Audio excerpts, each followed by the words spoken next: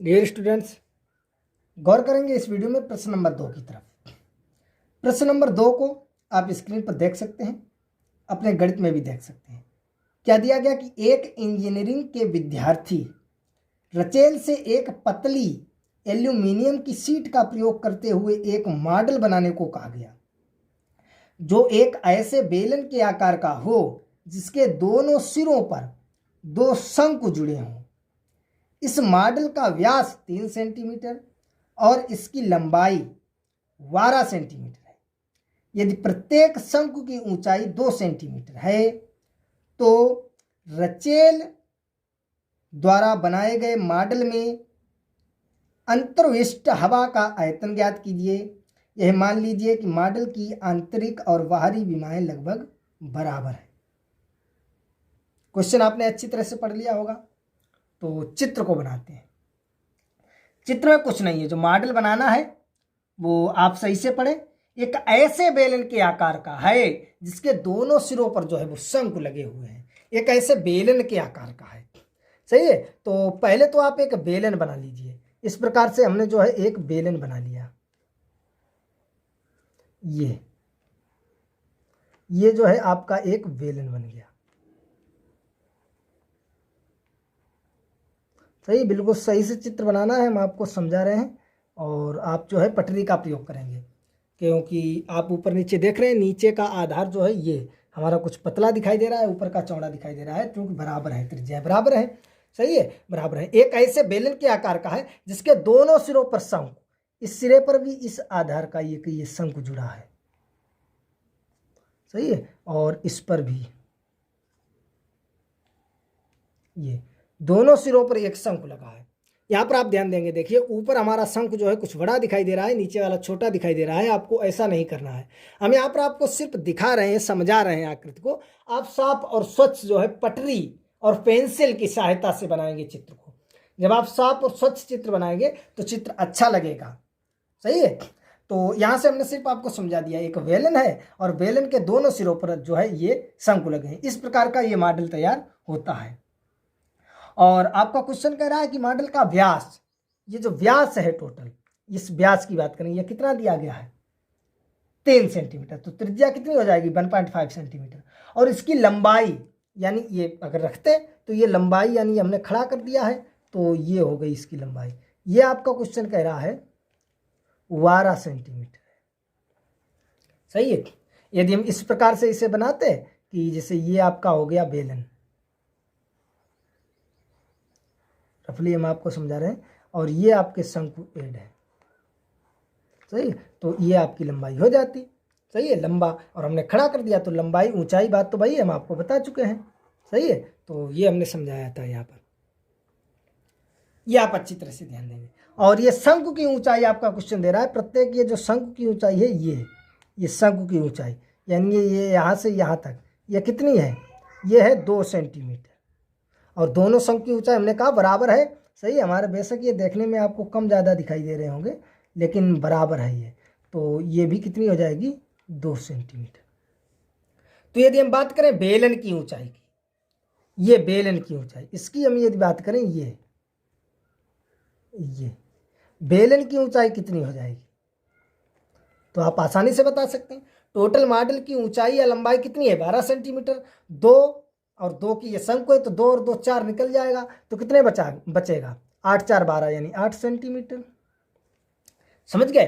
देखो 2 और 8 10 और 2 12, टोटल ये जो मॉडल है इसकी लंबाई या ऊंचाई देखो 12 सेंटीमीटर हो गई, याद समझ लेंगे, सही है। और ये जो व्यास दिया गया 3 सेंटीमीटर, तो यहाँ से यदि हम बात करें ये त्रिज्या की, चाहे बेलन की बात करो और चाहे शंकु की बात करो, ये हो जाएगी 1.5 सेंटीमीटर। समझ रहे हैं आप अच्छी तरह से, सही है। आपको स्वच्छ और साफ चित्र बनाना है, हम आपको सिर्फ समझा रहे हैं यहाँ पर। तो हम कैसे भी हमारा जो है तिरछा भी हो जाएगा, क्योंकि हमने यहाँ पर पटरी और पेंसिल का प्रयोग किया नहीं है, हम ऐसे ही बना रहे हैं। तो जो हमारी लाइनें हैं थोड़ी तिरछी भी हो जाती हैं और कम ज़्यादा भी बन जाता है। आपको दिखाई दे रहा होगा ऊपर वाला शंकु बड़ा है, नीचे वाला शंकु छोटा है। बेलन का नीचे वाला आधार देखो पतला है, कम है, और ऊपर वाला देखो चौड़ा है। तो ये गलत चित्र बन गया है, लेकिन सिर्फ हमने आपको समझा दिया है कि किस प्रकार से आपको बनाना है एक बेलन, और बेलन के दोनों सिरों पर एक शंकु जोड़ना है, चाहे आप ऐसे बनाना चाहें इस प्रकार से, तो ये बेलन हो जाएगा, बेलन के दोनों सिरों पर शंकु हो जाएगा। सही है, चाहे आप इसे खड़ा करके बना सकते हैं और चाहे लिटा करके वैसे बेड़ा बना सकते हैं, कैसे भी आप बनाना चाहें। तो यहाँ से हमने समझा दिया, लेकिन आपको चित्र साफ और स्वच्छ बनाना है बस। अब आपको कुछ करना ही नहीं है। हमने कहा जब आयतन की बात की जाए तब आपको कुछ सोचना ही नहीं है। जब आयतन की बात की जाए तब आपको कुछ भी नहीं सोचना है, सिर्फ देखना है जो ठोस है, जो मॉडल है, जो आपकी आकृति है, उसमें कितनी आकृतियां शामिल हैं। तो आप देख सकते हैं इसमें आकृतियां 2 शामिल हैं, 2 शंकु है, 1 बेलन। आकृतियां तो 2 ही हुई, वैसे 1 2 3, लेकिन शंकु तो समान है। सही, तो इसमें 2 आकृतियों का प्रयोग किया गया है, शंकु और बेलन का। जो ये मॉडल तैयार किया गया है इसमें 2 आकृतियों का प्रयोग किया गया है, शंकु और बेलन का। तो वेरी सिंपल है, कुछ भी नहीं है इसमें। हवा का हम आयतन जब निकालेंगे तो बेलन का आयतन प्लस 2 इंटू शंकु का आयतन, क्योंकि 2 हमारे शंकु है। तो पहले हम लिख लेते हैं क्या दिया गया है। तो यहाँ से हमने लिख दिया कि दिया है, क्या दिया गया है, शंकु की त्रिज्या यानी r बराबर 1.5 सेंटीमीटर और शंकु की ऊंचाई। अब यहाँ से देखिए शंकु और बेलन 2 हैं, दोनों की ऊंचाई है, तो या तो स्मॉल h कैपिटल H मानिए या h1 h2 मानिए, क्योंकि सेम तो मान ही नहीं सकते हैं क्योंकि अलग अलग ऊंचाई है। तो हमने शंकु की ऊंचाई h1 बराबर मान लिए 2 सेंटीमीटर, तो दी गई है।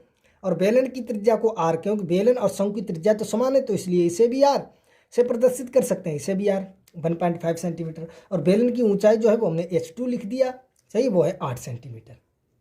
समझ गए यहाँ तक आप अच्छी तरह से।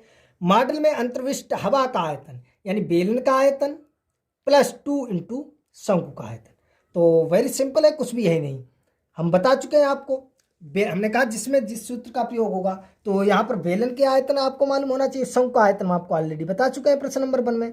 तो बेलन का आयतन होता है पाई r स्क्वायर h, ये होता है पाई r स्क्वायर h। लेकिन यहाँ पर ध्यान देंगे पाई r समान है, बेलन की ऊंचाई को हमने h2 माना है तो h2 लिख देंगे, प्लस 2 इंटू शंकु का होता है, हमने आपको बताया था 1/3 पाई r स्क्वायर h। तो यहाँ से h1 माना है तो इसे h1 कर दिया। समझ गए आप अच्छी तरह से। किसी प्रकार की कोई समस्या तो चाहे तो आप यहाँ से आप डायरेक्ट वैल्यू रख सकते हैं, रखना चाहें, और चाहे तो आप देखिए कॉमन क्या है। तो यहाँ से आप देखेंगे पाई r स्क्वायर कॉमन है, पाई r स्क्वायर। तो यहाँ पर बचा है h2 प्लस, और ये बचेगा 2/3 और 2 और 3 और ये h1, क्योंकि पाई r स्क्वायर तो कॉमन ले लिया है। समझ गए आप अच्छी तरह से। किसी प्रकार की कोई समस्या हो तो आप हमें तुरंत बता सकते हैं। तो यहाँ से वैल्यू अब रख दीजिए, पाई की वैल्यू 22/7 और इंटू r आपका चाहे तो 3/2 रख दीजिए, सही है, क्योंकि बात तो वही है 3/2, या 1.5 रख दीजिए, तो ये हो जाएगा 1.5। और यहाँ से ये हो जाएगा h2 आपका कितना है 8 प्लस 2/3 इंटू h1 आपका कितना है, h1 हमने शंकु की ऊंचाई मानी है जो कि आपका 2 है। समझ रहे आप। तो ये आपका हो जाएगा 22/7 इंटू 1.5 का वर्ग कीजिए। तो देखिए यदि हम 15 का वर्ग करते हैं आपको मालूम है होता है 225, तो ये 2 अंक बाद दशमलव लग जाएगा, सही है। और यहाँ से ये हो जाएगा 8 प्लस 2 दूनी 4/3। समझ रहे हैं आप अच्छी तरह से। किसी प्रकार की आपको कोई समस्या हो तो आप हमें तुरंत बता सकते हैं। यहाँ से जो है आप काटना चाहो तो काट सकते हैं। देखो 7 या 21 और 1 बच्चा है, नहीं कटेगा, नहीं कटेगा तो आप डायरेक्ट गुणा कर सकते हैं। यहाँ से पहले से ऐसे ही लिख लेते हैं। ये आपका हो जाएगा 22/7 इंटू ये हो जाएगा 2.25 और इंटू ये हो जाएगा, इस भिन्न को सॉल्व करेंगे तो देखो 8 या 24 और 4 कितने हो जाएंगे 28/3। अब तो ये कट जाएगा 7 चक्कू 28। समझ रहे हैं आप अच्छी तरह से। तो ये यहाँ से आपका बचेगा 22 इंटू 2.25 और इंटू ये आपका बचा है 4/3। समझ रहे हैं आप अच्छी तरह से। किसी प्रकार की कोई समस्या हो तो आप हमें कमेंट बॉक्स में बता सकते हैं। ऊपर गुणा कर देंगे, ऊपर सभी का आप गुणा कर दीजिए और 3 का भाग दे दीजिए। तो यहाँ से जब इसका गुणा करेंगे ये आ जाएगा 198 और बटे 3, सही है। दशमलव के बाद 0 आएगा, उसे हमने घटा दिया 198.0। तो दशमलव के बाद 0 का कोई महत्व नहीं, तो यहाँ से 3 से ये काट दीजिए, 3 का इसमें भाग दे दीजिए, 3 का इसमें भाग दे दीजिए। तो कितना आ जाएगा ये आपका आ जाएगा 66, देख सकते हैं आयतन है तो हो जाएगा सेंटीमीटर क्यूब। समझ रहे हैं आप अच्छी तरह से? किसी प्रकार की कोई समस्या आपको हुई, कोई भी समस्या हुई है तो कमेंट बॉक्स में आप हमें बता सकते हैं। यहाँ से आप इसे पुनः देख सकते हैं। चित्र की तरफ आप गौर करेंगे। चित्र को चाहे तो आप लिटाकर बना सकते हैं, चाहे आप इस प्रकार खड़ा करके बना सकते हैं, जैसे भी आप बनाना चाहें आपकी मर्जी। फिर उसके बाद जो दिया गया था वो हमने लिख दिया, शंकु की त्रिज्या, सही है, शंकु की ऊंचाई, बेलन की त्रिज्या, बेलन की ऊंचाई।